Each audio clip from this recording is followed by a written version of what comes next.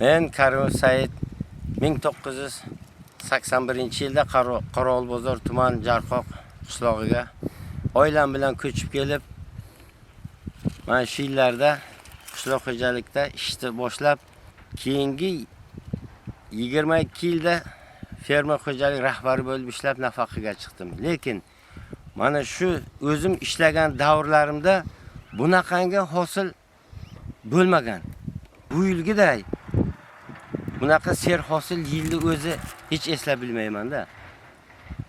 Mana shu Qorovulbozor tumanini o'ziga yarasha iqlim sharoiti, o'ziga yarasha qishloq xo'jalik o'sha ish jarayonlari, shunday bir nimalar borki, mana hozir Xitoy navi ekilgan mana shu maydonda bunga girbitsistlar bilan ishlov berib, begona o'tlarga qarshi kurashib mehnat qilingan. Qarangki, o'zining samarasini ko'rsatib to'xtabdi. Mana shu o'zimiz ishlagan davrlarga qiyoslasak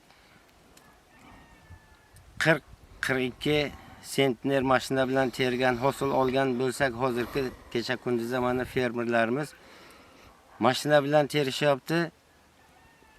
55-60 sentnergacha hosildorlik olinyapti. Bu Qorovulbozor tarixida bu birinchi bunaqa hosildorlik yuqori bo'lishi.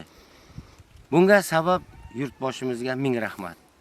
Mana shu xalqim deb, xalqqa g'amxo'rlik, faqat shu imtiyozlar, imkoniyatlar xalq uchun yaratilyapti, xususan dehqonlar uchun.